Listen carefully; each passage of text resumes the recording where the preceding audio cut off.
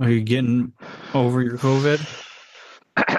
It's a very slow process. It's been a week already. But you know, it is what it is. And like I said yesterday, just all this stuff had just started to come up, and I was like, man, I just had the space and the time to finally just be like, fuck it, let's just deal with it. Yeah, Right. But are you like having a fever now? Or yeah, a little bit. Just a lot of uh, coughing, a lot of phlegmy, and yeah. ouch. Sorry, dude. Hey, I wasn't taking care of myself, so the body has a way of telling you. Yeah. Andrew, I've started going on your concoction, matcha lattes now. Yeah. I've stopped coffees. Yeah. I had to leave caffeine withdrawals because I wasn't taking caffeine while I was sick, and I'm like, it's been 4 days. I've gone through all the worst of it, the headaches, withdrawals. I'm like, just stop completely. I'm off caffeine now. Well, except in the matcha, so no coffee and all of that. Yeah, Great. How do you like it? it's actually a lot better than I thought it was. I can't have it straight though, so I have it with milk and with honey. hmm I'm not sure how you do it. Is that how you make your Well, lattes? yeah, if I make it a latte, yeah. Yeah. Do you have matcha coffee tea straight with just Sometimes, water? yeah, just Okay. waters. Yeah. Rarely. Usually, if I do that, I want to kind of be very present with it. Most often, I just make it as a latte with honey and some kind of milk and matcha. Mm. That's Mm. very nice. I don't get the highs and the crashes. Dude, I can relate, Darun.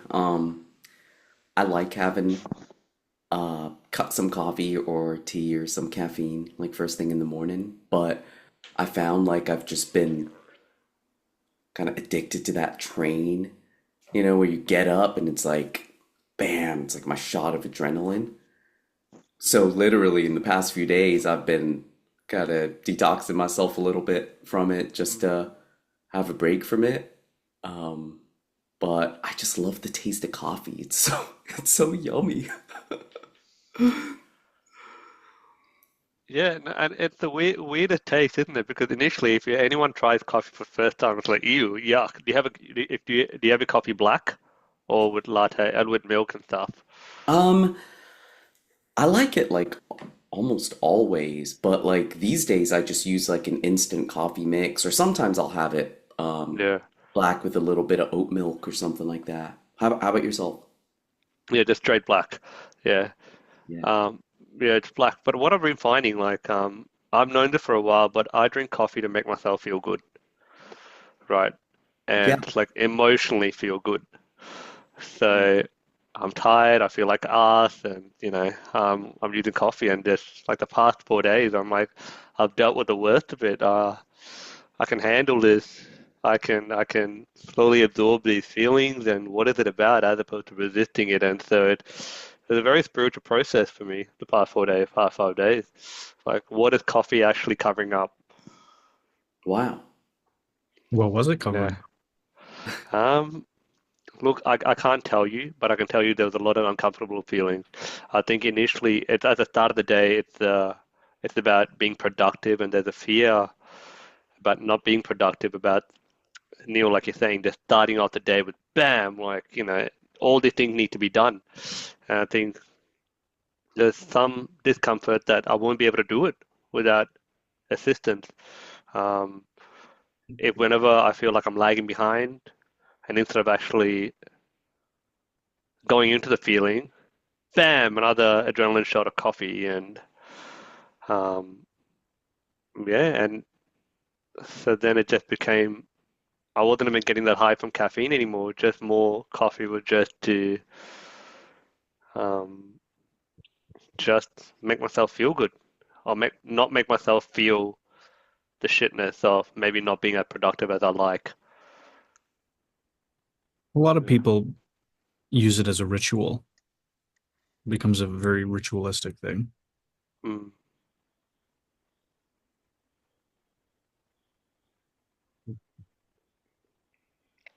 Yeah, I thought that was my initial excuse. Like, it is a ritual, but then I started, once the caffeine intake takes like, maybe 4, 5, 6 shots, and you're like, the ritual is way back there.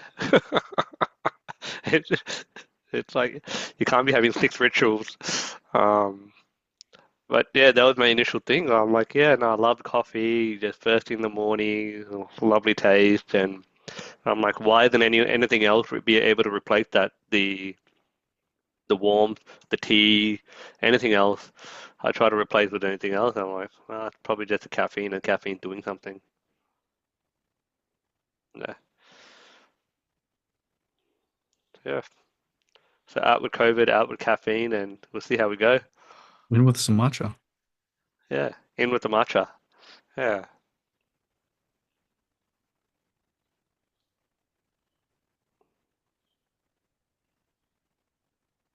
Neil, Anybody? I'm really liking your look. It's like you've got the jean grey,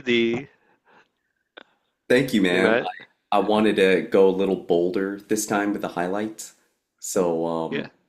my friend Verena does it, and so I asked her if she could do some in the front.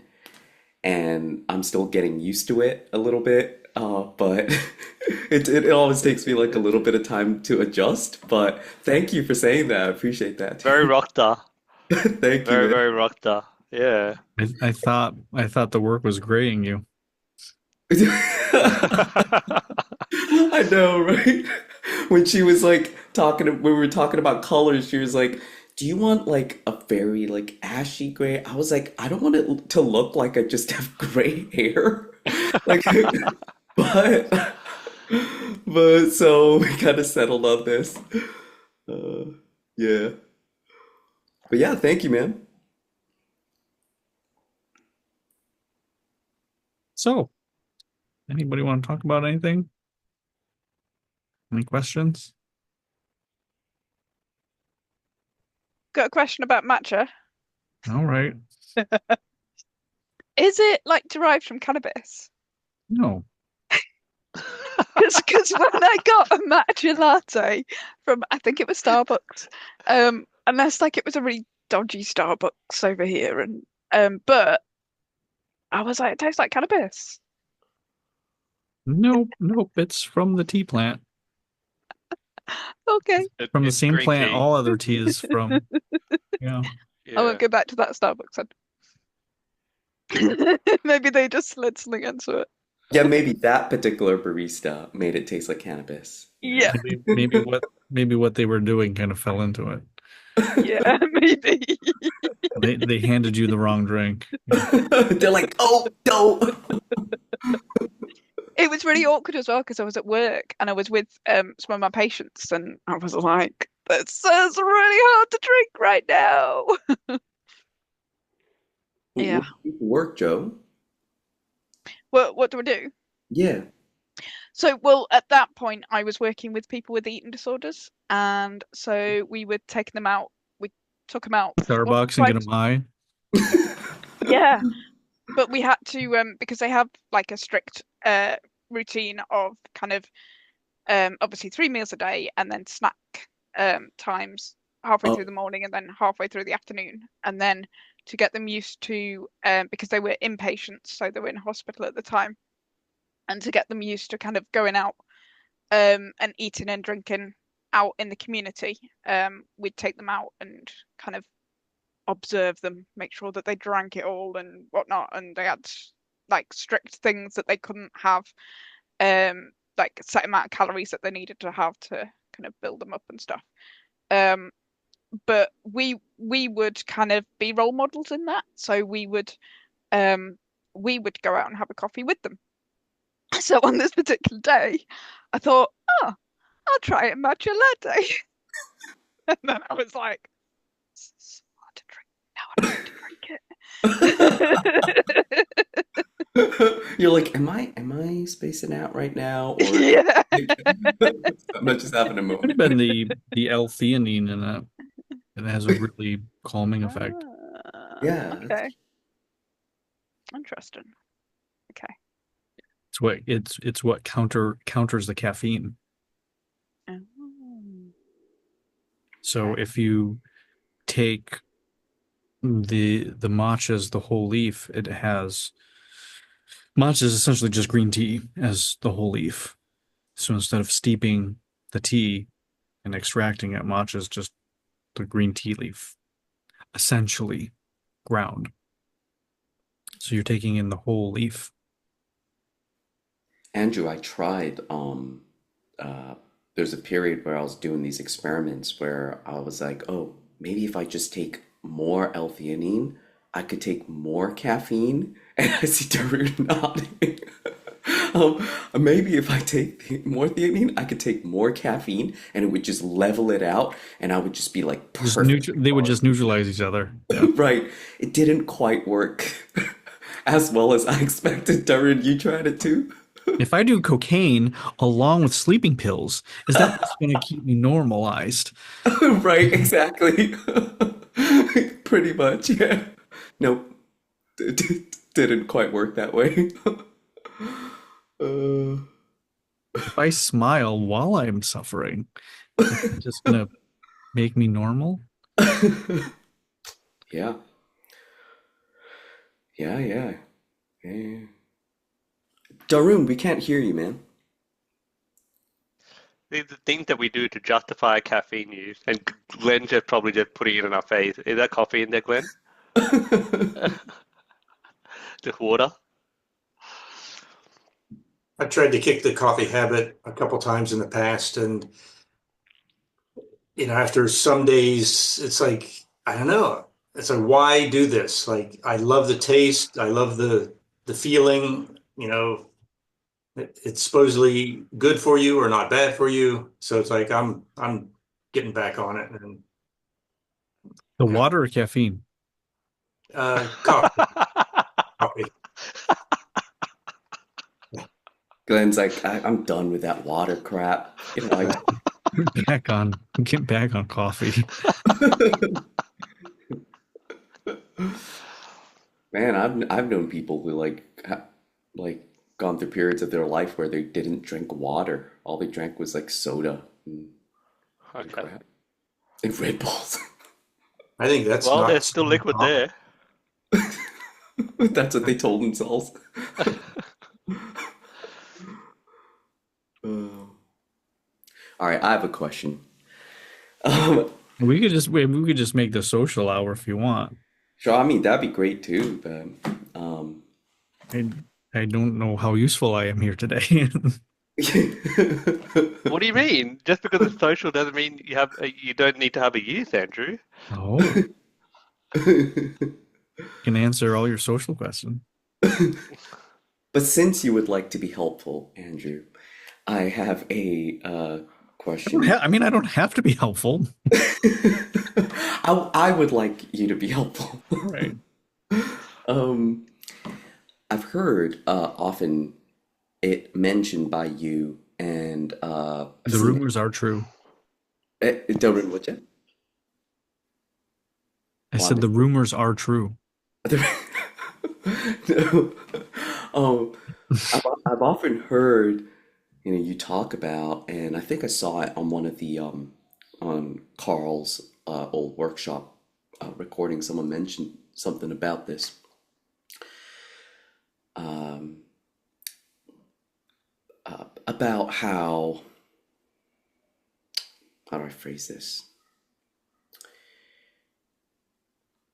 Your job, your investments, whatever, are not the things that bring you the money. What brings you the money is your internal state of value or the choice that you make inside of you. And I've heard you talk about this many times about how, it's about changing your internal state there. But I guess it's just still because it's not embodied in me. It's hard for me to feel that or trust that if I just uh, embody feeling more value, or if I just embody attracting money, something like that, that the results will follow. It's just a little hard for me to feel that trust.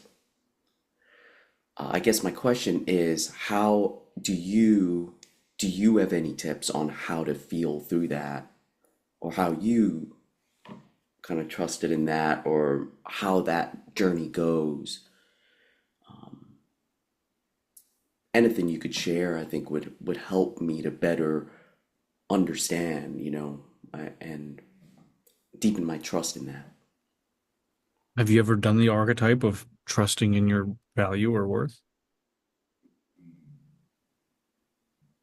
Yeah, we did value. Yeah, we did value, and it really it shifted things dramatically for me. And I've been feeling that as I've been feeling more value. Like I've been feeling the shifts. What about the trust? Mm, the trust is still the value's going up more than the trust so far. That's how it feels Yeah, like. but have you done movement, any systematics around the trust aspect? Um, I don't know. I don't remember. Well, if you don't know, it's probably no. Yeah, probably no. Yeah. Yeah. Okay, well, I would do that. I mean, it's really, you guys, I mean, it's really, you have the tools. Just do the movement. What does it feel like to trust yourself? What Oh, does it, okay. what does it feel like to trust in your worth? What does it feel like to trust that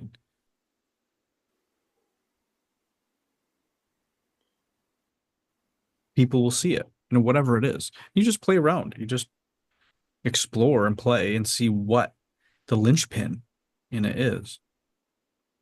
Okay. That's what I would do. Say, all right, well, I'm struggling with this. All right, let's look at it in the body. That would be my first step. Not everything is that, but 80/20 principle. You can really just, I mean, there's just so much so that I tell people until you've exhausted all of that, why are you even out there looking for other modalities and other things? It's just a distraction. It's like, well, are you moving? No. Okay. Well, what do you want? What else do you want from me? It's like I gave you nuclear energy. All right. Well, my fridge doesn't work. Have you plugged it in yet? No.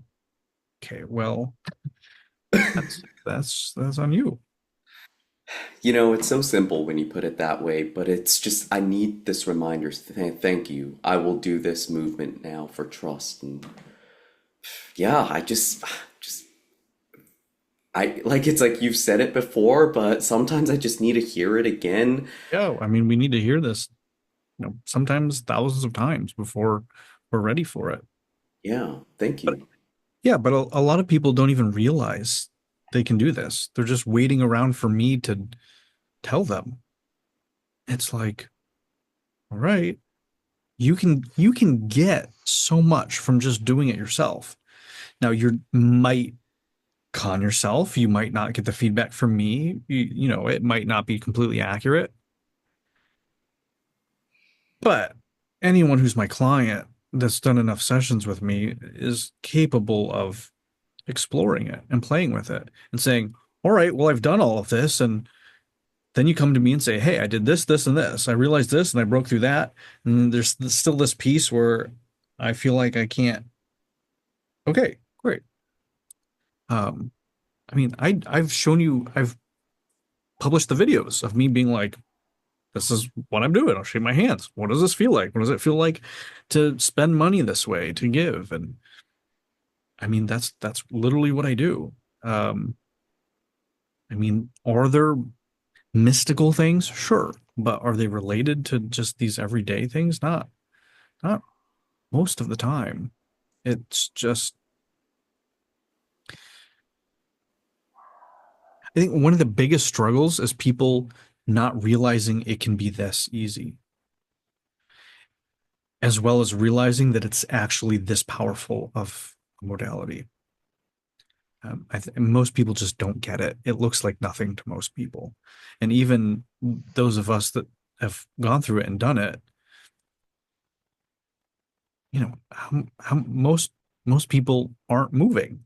I mean, how many years, months, and the rune, right? For you to just say, all right, fine, I'll start this fucking movement thing. And if I don't do it, I'll pay you $1,000. Right? I mean, what it takes for us to go against this resistance. I have people that, I have people in my own life that for years they just have refused to move and wondered why their life hasn't changed. Well, you haven't moved it in a new way. It's probably not going to. If you're not spending, if your life isn't working and you're not spending a couple hours a day moving, and better, right? That. I'm just shrugging, right? Because it's like, what, what do you want? What are you going to complain about? It's really available to all of us. And once you know it, you don't really have an excuse anymore. It's like, all right, well, you know this, you haven't done it.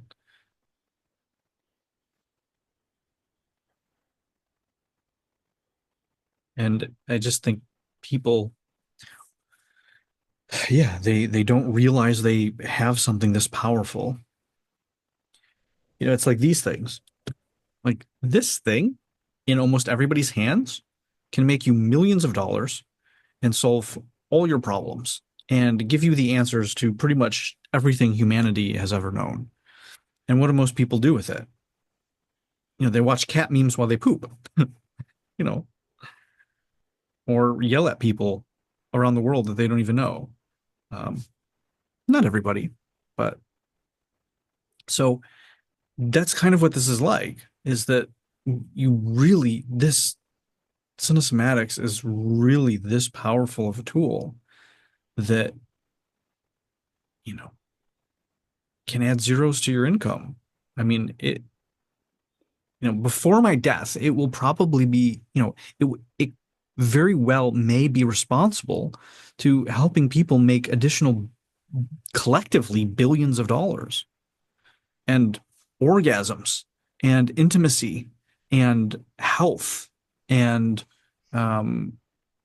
awakening, enlightenment of joy, of play, of healing relationships, of all of these things. It really is something that can improve almost every area of life, because it's not it's not technique based, it's feeling based. We can use this for anything. I just had what was I working with?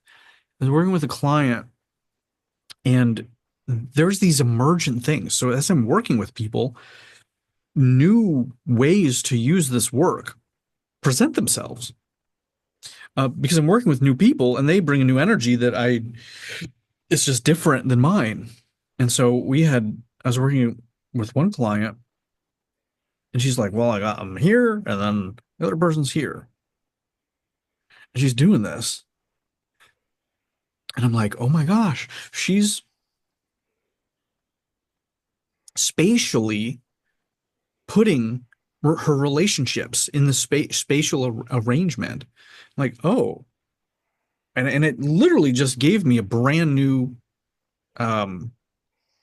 technique or process or whatever in this work, or a box, a label, whatever you want to call it. Somatic spatial repositioning is is my fancy word that I've named it. And it's literally using your body. You find out where in the space something is for you, and then you picture it here, but you move it with your body. You're plugged into it somatically.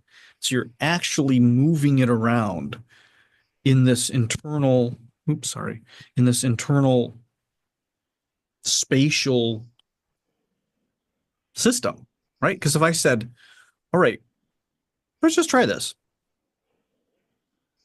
Take your hand, and I want you to put it into the spot in the space around you where you feel your mother is. Everybody. So find the feeling. Where does it feel like the word, or the symbol, or your mom is? Just put your hand there. Okay. And then feel into dad. Where is dad located in the spatial field?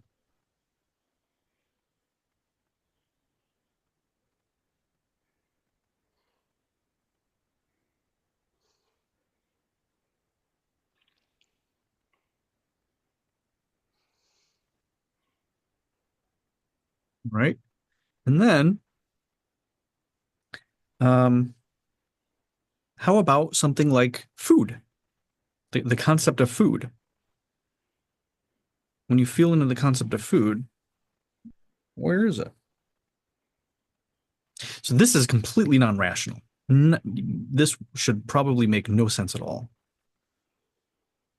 For me, I go to food and it feels like it's over here. So the thing I want to ask you, did everybody experience those three things in different places? Okay. Why?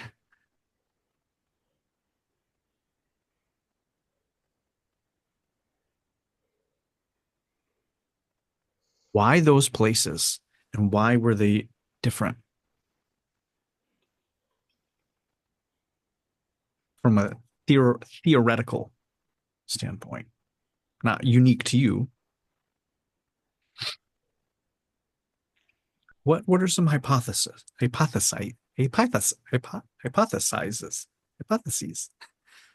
So we projected our feelings onto the world,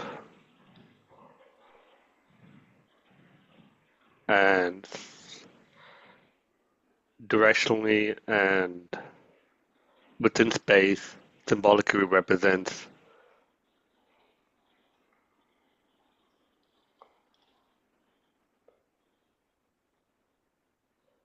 this symbolically represents those concepts to us, those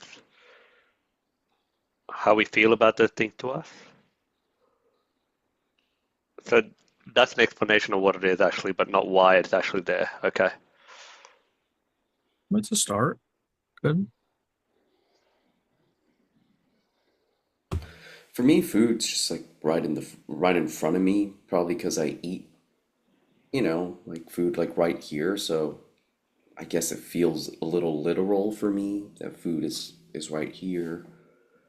My dad is like here because that feels like my tensest spot. And then my mom feels more like love, so she's more like in this very comfortable kind of spot here. Yeah, but why is that the comfortable spot and not over here? Um, I don't know. I know that's what we're playing with. That's what we're exploring. Yeah, why down and not up? Yeah, exactly. And why not behind you?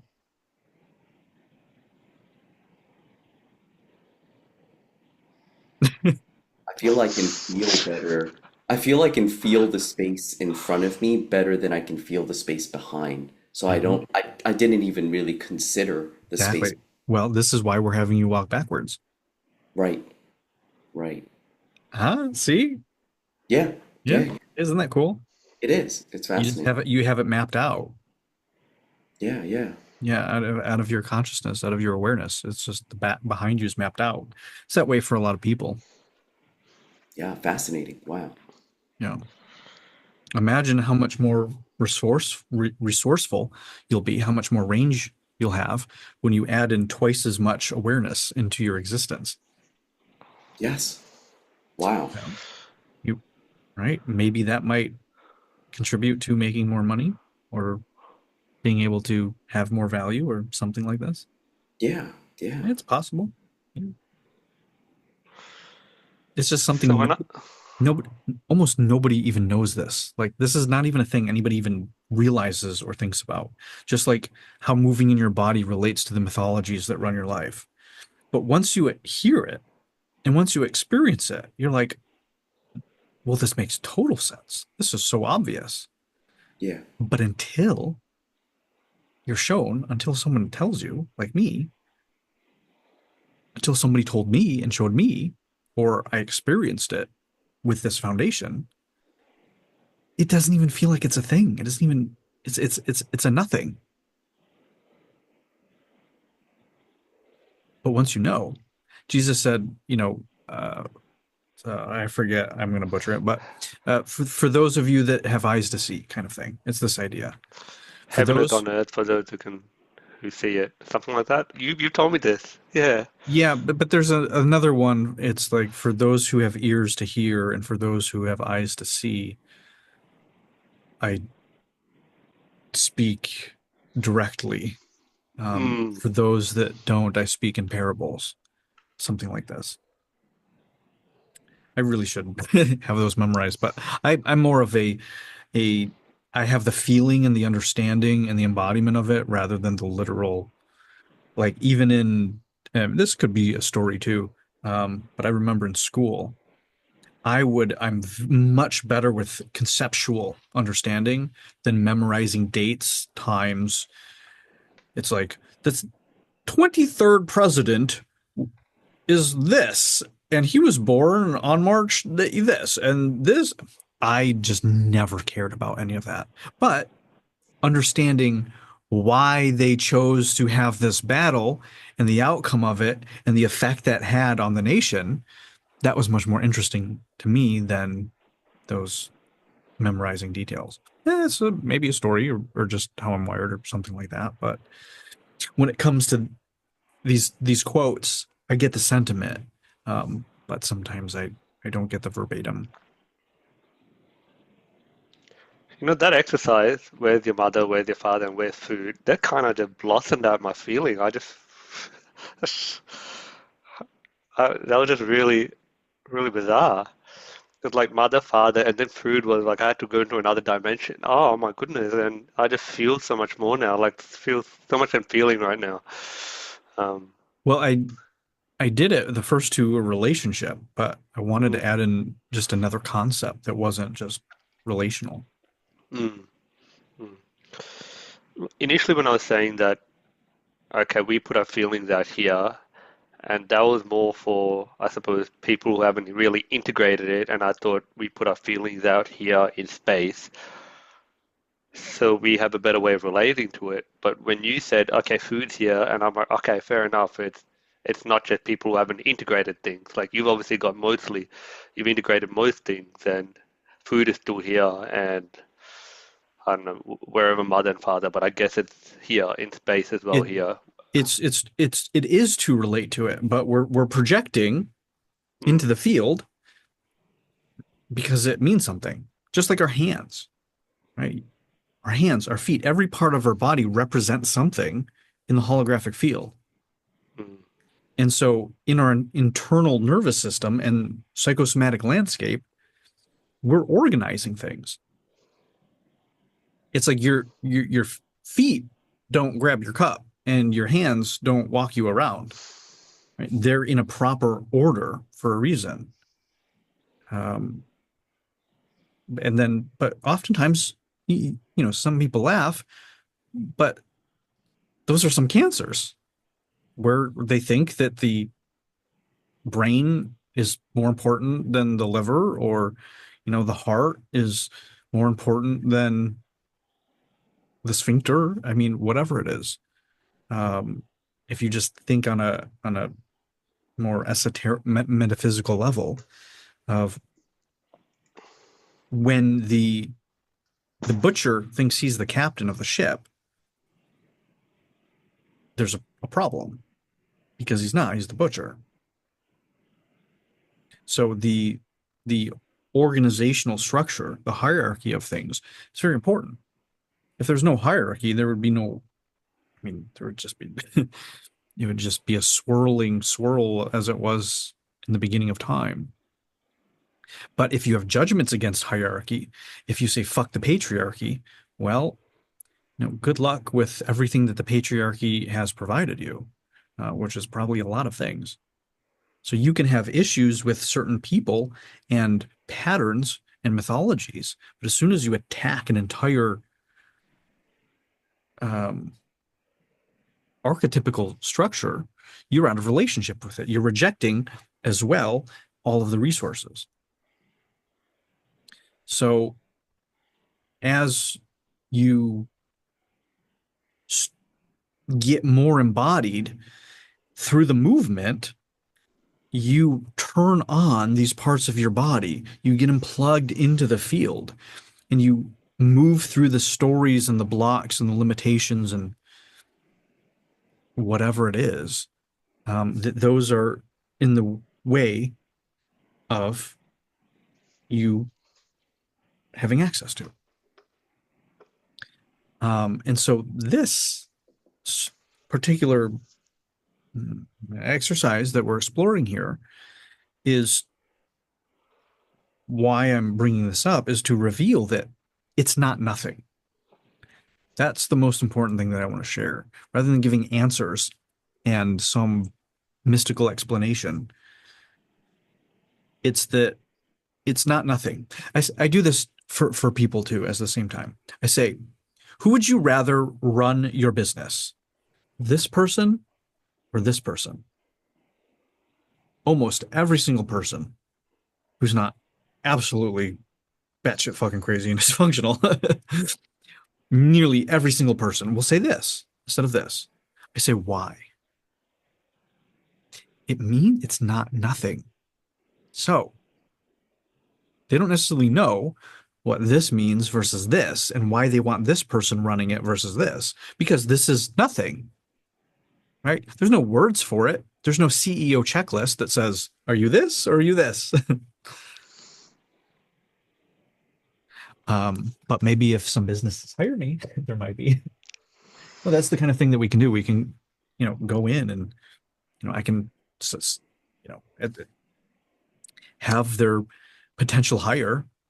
All right, Andrew, come in. I want you to watch this person move. And in a few minutes, I'll be able to give them a better, analysis interview through watching them move and shake their hands than, any of these personality tests, Myers-Briggs, this or that, or anything. Can you imagine though, like, you don't prepare the interviewee for these type of questions, Oh, and you come in and you're like, can you show the archetype of value? It's like, Yeah, what the? Yeah. I'd probably just even say, just shake your hands. Yeah, even that will sound batshit crazy for an interview. I know. Like, I've come prepared with these questions and answers, and I've done my research, and you ask me to shake my hand? Yeah. Okay, that's it. You can go now. It's like, what? And then you're right. And then I talk with the hiring team and I show them what all this is happening. If you can imagine that if you're hiring somebody for a 7 or 8 figure salary, that spending a few $100,000 to sort that out before you waste tens or hundreds of millions of dollars on the person versus just the result of the business itself.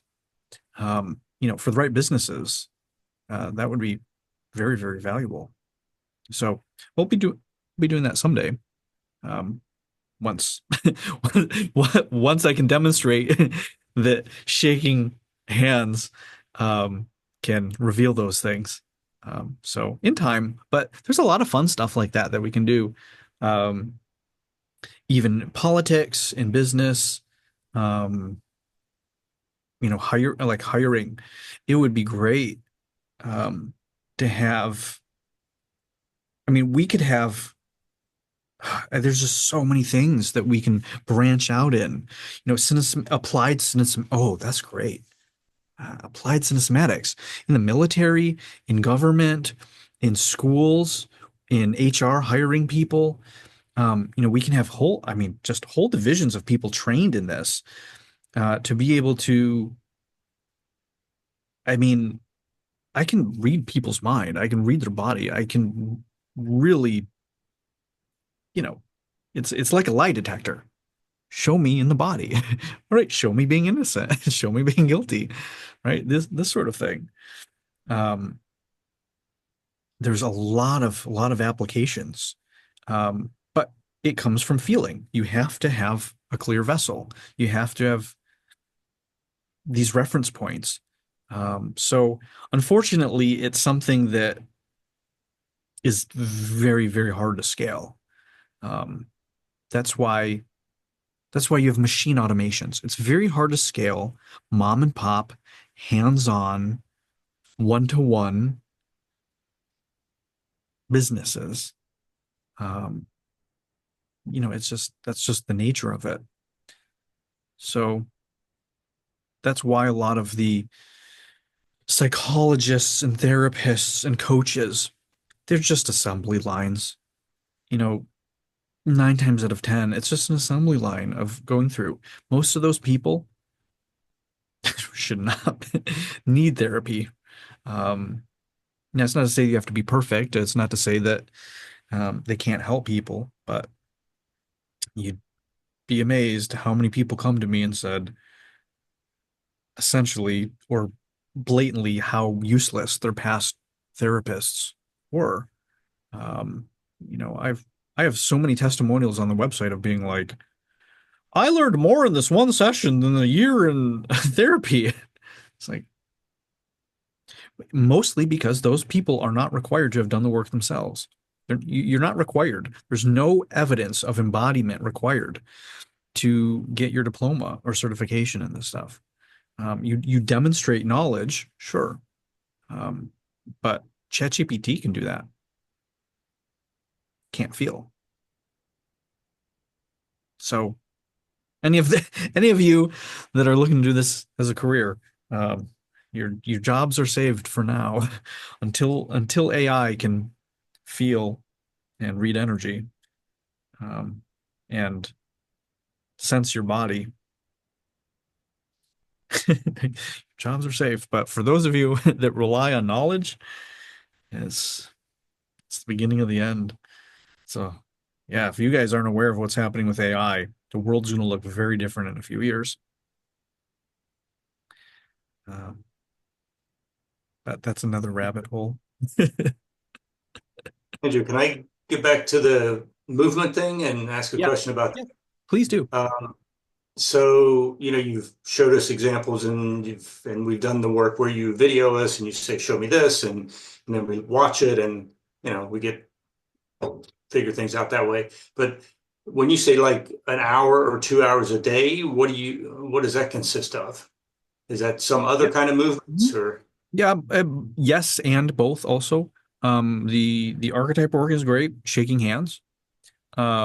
So in the movement workshops, the one we did, the fellowship movement, we like an hour of shaking hands, all the variations of shaking hands, shaking your feet. Things just come up when Yep. you're doing this, just Yep. for an extended period of time, things start just coming up. Yep. Yeah, exactly. So those are working with the stuck energies within your body. Right? So if you do this and in 5 seconds you're like, I'm exhausted. Okay, well, that really tells you that you got some stuck energy there, because this should not exhaust you in 5 seconds. And then all of the variations. So there's all of the variations. And through those variations, you also have your relationship to that. And maybe you're doing everything, but you're doing it all small and controlled. Well, eventually, how about getting big, right? And then there's the entire field around you, getting into relationship with every part in this toroidal sphere kind of thing, right? Are you able to access every spot in this field around you, behind you, in front of you, above, below, squatting down on the floor, right? There's an entire three-dimensional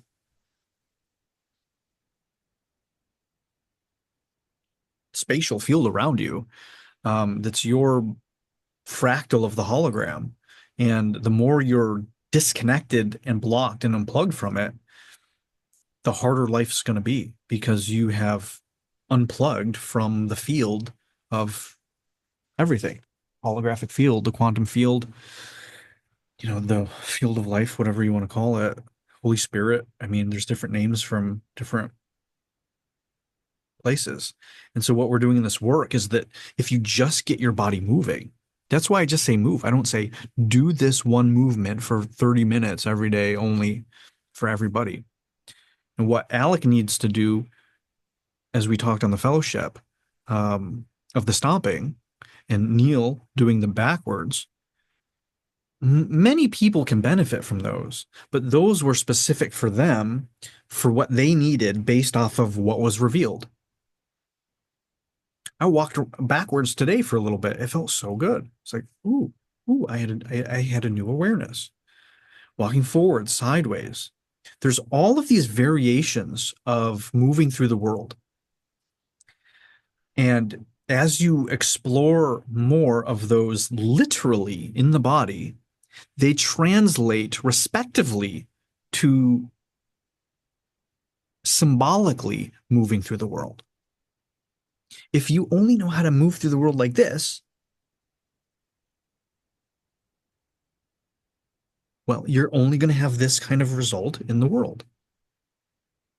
If you have 100 different ways, if you just have all these different ways of moving through the world, you can adapt in all of those ways to things that happen. So another good exercise is to just find a new way to move. You just saw me do it there. There's like 5 different ways. It's like, it's a great systematic game. Move in a way you've never moved before. Every 15 seconds. Never. Like, in a way you've never done before.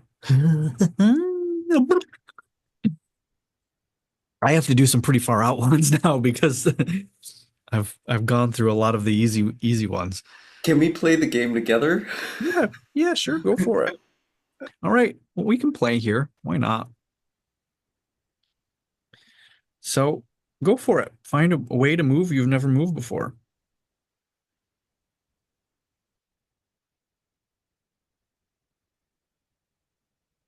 New way.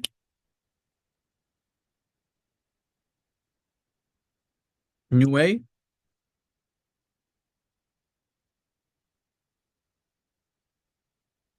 New way. There's the timbre of it. There's the rate. There's the speed. There's the oscillation. There's the temperature. There's the feeling. There's the symbolism. There's the mood. There's the intention. There's the rate. There's the pattern. All of these, just like music. Musicians can be really good at this, or painters, artists. There's all, like, if you listen to music, how many variations are there? It's not just the one song in the one tempo, in the one instrument, made by the one company, made by the same artist at the same.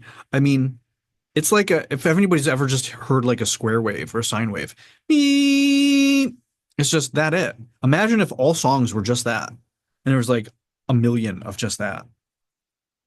That's how most people are moving through their life. You want to be the musician that can play 100 different instruments and in 1,000 different ways, in all of the keys, in tune, out of tune, by yourself, with other people, in different languages, and different flavors, different spices, at different times of day. Do you guys hear what I'm doing here? All of these possible variations, the multiplicity of life, of potentiality in the world. It is not just about this exercise. How you do one thing is how you do everything. The way that I'm exploring all of these new possibilities and just coming up with this on the spot. Also, you've seen me demonstrate in all of these other ways where I come up with all of this stuff spontaneously on the spot. It's because of this. It's because I've developed the resourcefulness and I have the range and the ability to transverse and to explore and to feel through and to listen to and to yin and to yang without judgment, without self-censoring, right? Some of you here probably could feel you censoring yourself or judging or acting it out or all of this stuff. Part of this work is to move through all of that stuff so you can just spontaneously have that move through you. You see, I'm not judging it. You see, I'm not embarrassed. You see, I'm not making it mean something about me. Now, I'm also aware that people that watch this replay, if they just take that section and you post it on the internet, I'm going to look like batshit crazy. But I know that and I understand that. They don't have the context. But you see, I'm willing for that to happen in order to have the freedom that I have in my life. This is a great way to gain that freedom, to become more resourceful. That's really inspiring. Thank you, Andrew. It's helping me to feel into new ways that I want, that I can move, that I've not already been exploring with movement. So thank you so much. Yeah, you're welcome. Just this alone, I mean, you could add a zero to your income. It has me because it all relates to something. If in a session with the rune, I need to be like this, and then with Glenn, I need to be like this, and with Neil, I need to be like this, and with Joe, I need to be like this. I am able to do that. I'm able to go there. So it makes for very high level facilitation, for holding space or leadership. Because I'm willing to go to the places most people are unwilling to go to. How did I get to be able to do that? I've had to face my shadow. I've had to face all those things. I've had to be willing to look at the worst parts of myself. I'd be willing to heal. I have spent 15 years. I've spent 15 years going through the process to get me into relationship with all this stuff.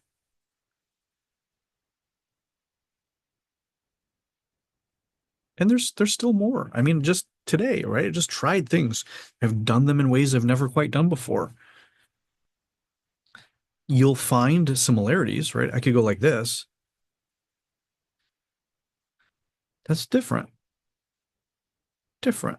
You could just have your hand up here and wiggle your fingers and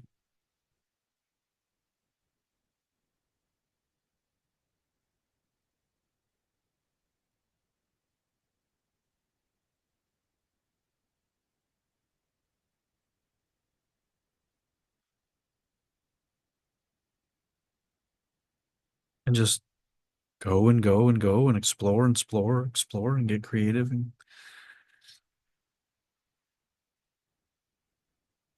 this is a huge component of creativity. And when I work with people that have creative blocks, I mean, this is, again, could be worth millions of dollars to the right person who's very high functioning creative, in Hollywood or whatever it is. And their work, their books, their whatever it um, is operating at that high of a level. When they have something like that, it translates to a lot. Bye, Glenn. So just as a reference point, it could be intimacy, it could be relationships, it could be, all sorts of things, money, and it's measurable. So it's really easy to talk about because I could say more love, but what does that look like? It's different for a lot of people. But if I say it brings in an extra few $1 million. That seems like it has value versus bigger hugs, even though bigger hugs for the right person is worth more than millions of dollars. If they have an estranged relationship with their daughter and they've done all the shadow work and healed, and after 50 years of their life, it's the first time their daughter hugs them. I mean, that's worth everything to that person. So it's not just the money, it's not just the hugs, it's all of it. And it's oftentimes the things that money can't buy that are actually more valuable.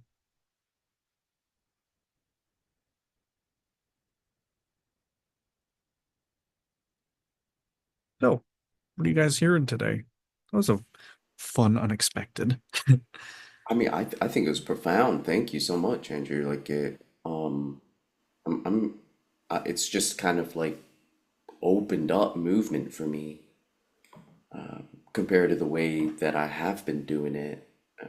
And I can see how if I open my movements up, that it's going to help me in so many areas that I'm seeking help in.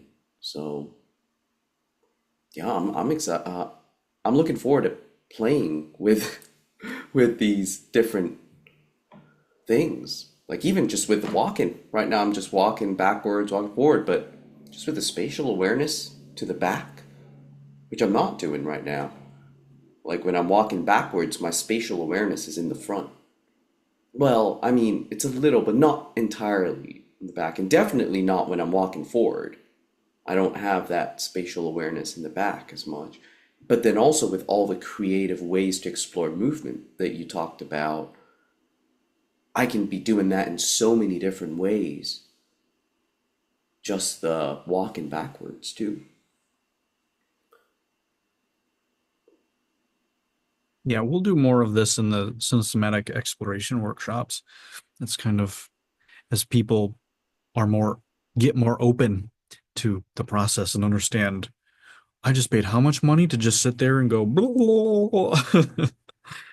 you know that's why the some of the more advanced stuff, it's just it's not necessarily like we're having people do Cirque du Soleil. That's not what the advanced, that's not what advanced means. um but to those, if right, to those who have eyes to see, this is incredibly valuable. But if you don't have a context for it, it means nothing, right? If you take this back 75 years, it just it doesn't mean anything to anybody. But if you tell them this literally can answer any question humanity has ever learned in 1 second, kings and pharaohs would sacrifice billions of people to have that kind of power. I mean, you guys really understand this. Like, if you go back 100 years ago, or even less, maybe even 50 years ago, to have this AI knowledge, whoever wielded that would have, you know, probably even more power than the nuclear bomb, because that would tell you how to make one. So, yeah, you go back in time and you bring this kind of technology, and we're just some dirty messages, watching cat memes, and checking our news feed to rage at the politicians. Um, so, I mean, it's just incredible what is at our fingertips, both in something like that and literally our own fingertips. I mean, it's made me and others lots of money. It's healed a lot of traumas. It's brought tremendous peace and illumination. And it's within you. It's in your body. Most people have to know what it is, and most people don't. And that's what kind of that's my mission here with this work, is to show people that it's you. You just don't know it. You literally have this fucking quantum computer, and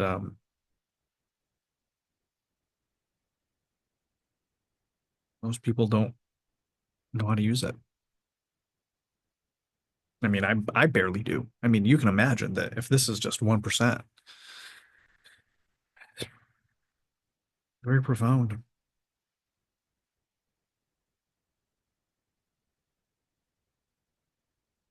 But great questions. It really helps illuminate for a lot of people when they hear the word movement.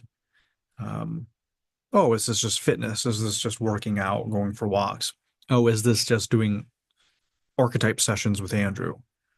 Um, so these are just some of them. We have different movement exercises. We have the roll ups, and we have different elements. You get into some more esoteric embodiment kind of stuff.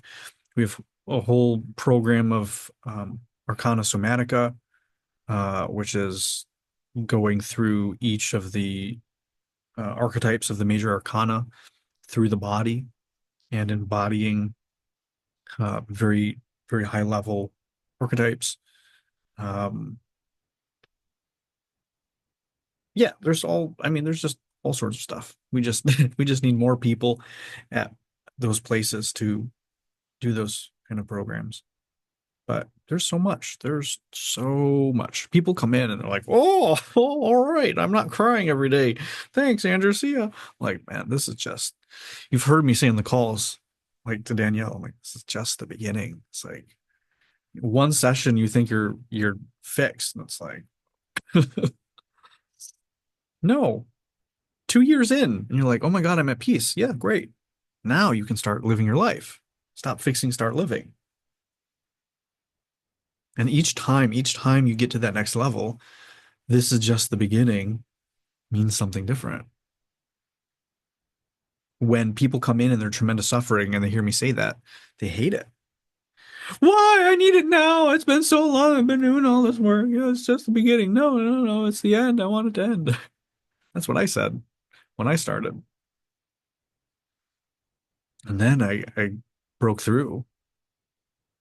I was like, oh my God, this is just the beginning to a whole new life. Wow.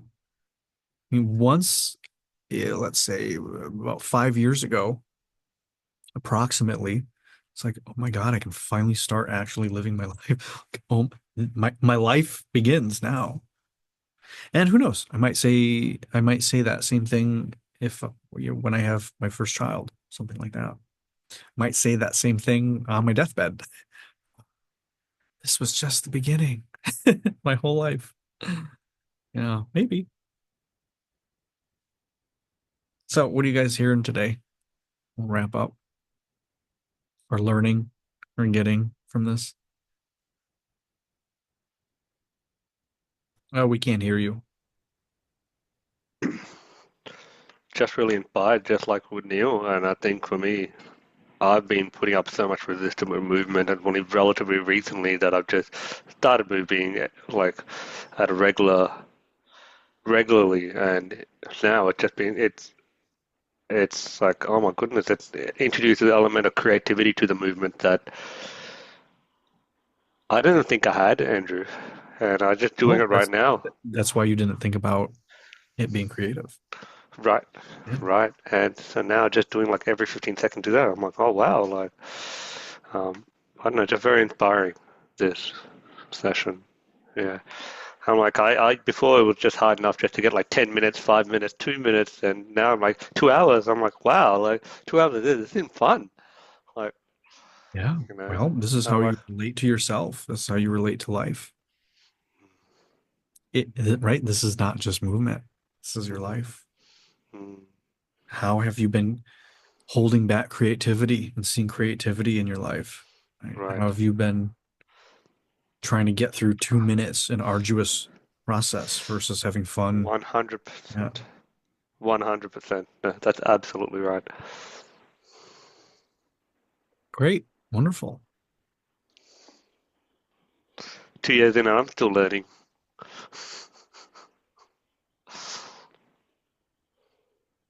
Well, you're almost done learning. Don't worry about Please. it. You've almost reached the end. Good. All the things that there is to learn.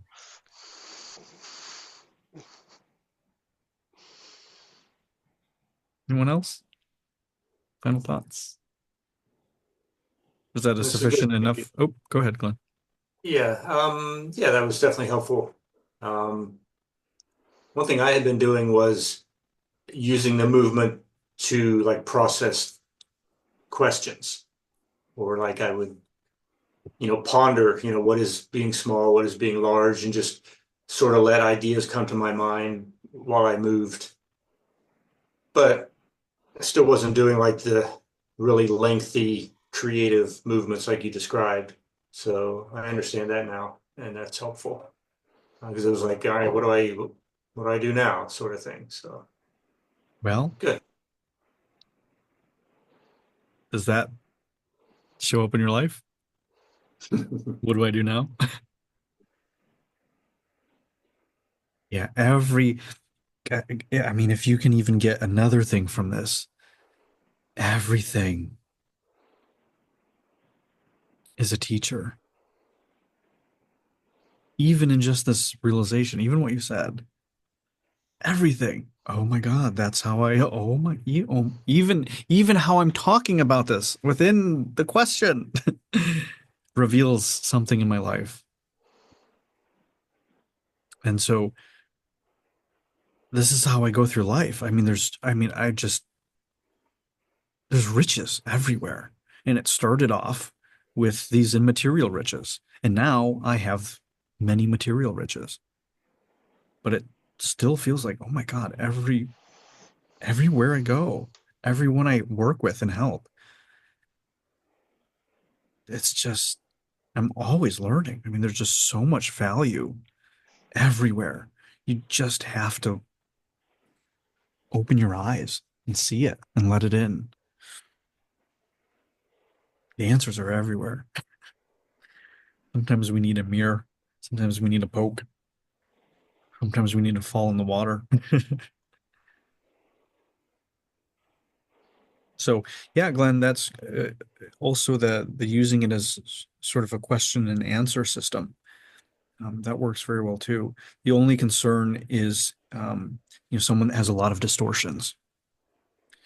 If you're like, all right, body, inner self, should I go on a date with this guy or not? You know, and if they're Taylor Swift, that's not going to work so well. Um, that's a joke. So that's one of the things. But if instead of trying to use it as a crystal ball, you use it just as, let me try this option on, let me try that option on. What does this feel like when I try this on? What does it feel like when I try that on? What's the difference? What's the similarities? How do I respond to that? What is it teaching me and showing me through the body? It can really provide a lot of data from your subconscious. So there, this work, the work that I offer, we have three generally um, paths, gateways to the subconscious realm. That's through the dream work, through the symbolism work, and through the movement work. So through the symbols, through the dreams, and through the body, you have a direct access to this subconscious realm. I sort of, through emotions and energy and altered states and more mystical stuff, that is a something. But as far as how do you interface with the subconscious in a very practical way that's available to anybody, those are really the three things. Um, and so far in this work, for most folks, we're working on the body. Um, but as we get more advanced, as you progress in your studies and in the process, the dream work and the symbolism work and the tarot and that stuff becomes new tools that you can then also question and get creative and explore and um, know thyself even more. Traditionally, right, yoga, if you guys can imagine hatha yoga, that was one of the paths in that school, in that system, right, through the body. Now, they didn't have video, they didn't have this kind of feedback system, but they did have a culture that was supposed to be body based. They knew this was the vehicle. And if your vehicle doesn't work, you ain't getting anywhere. And then health has became a whole other component because just the food and the system. So a lot of people can have all the spiritual awareness they want, but if they're 300 pounds overweight and filled with disease and cancer and all the stuff going on, it's going to be really hard to actualize yourself because you're working against all of those things that are taking you out. So I've seen a lot of spiritual and intellectual teachers and people take themselves out through their health because they've have some stories or whatever it is. Happened to my mentor. He had his own stuff around his health, his whole life, and so we all have our things. We all have our things. It's not about being flawless and perfect. But be aware. All right, I'm very aware of what I can get addicted to and what my habits can be and what my weaknesses are, and I get into relationship with them instead of pretending like I don't have them. As soon as you start pretending like you're infallible, that you're perfect, that you're just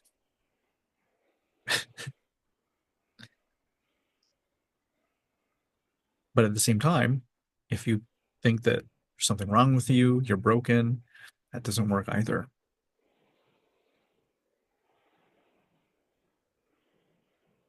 So, Joe, what are you hearing? Is this weirding you out? The movement weirded me out of it. Yeah. Well, not weirded me out. I just felt incredibly uncomfortable. Yeah. And I've stayed in that place a little bit. Yeah. Well, that's exactly why you need it. That's why it'll help you so much. Mm-hmm.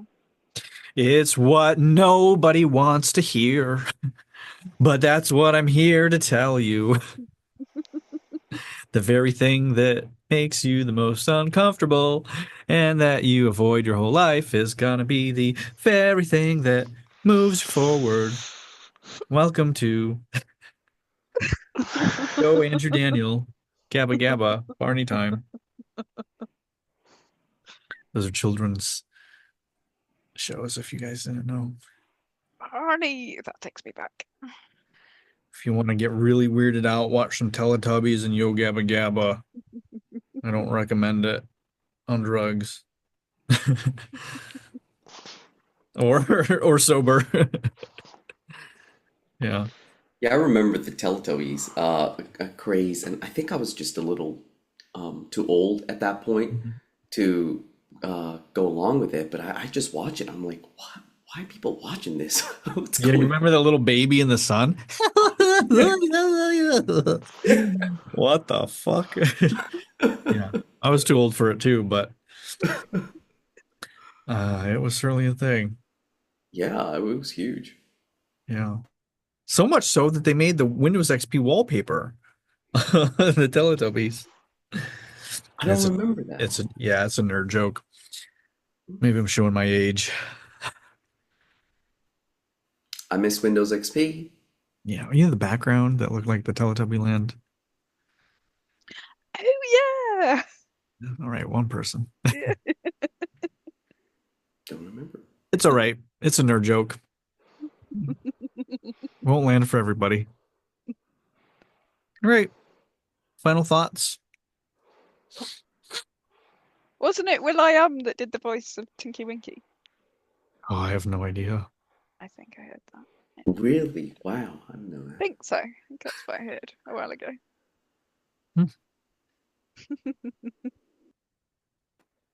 All right, guys. We'll see one of you tomorrow in person, and we'll see the rest of you next week. Take care, everyone. All Thank right. Have a you. great weekend. Thank Bye. you. See Bye, ya. everyone. Thanks. Bye. See ya.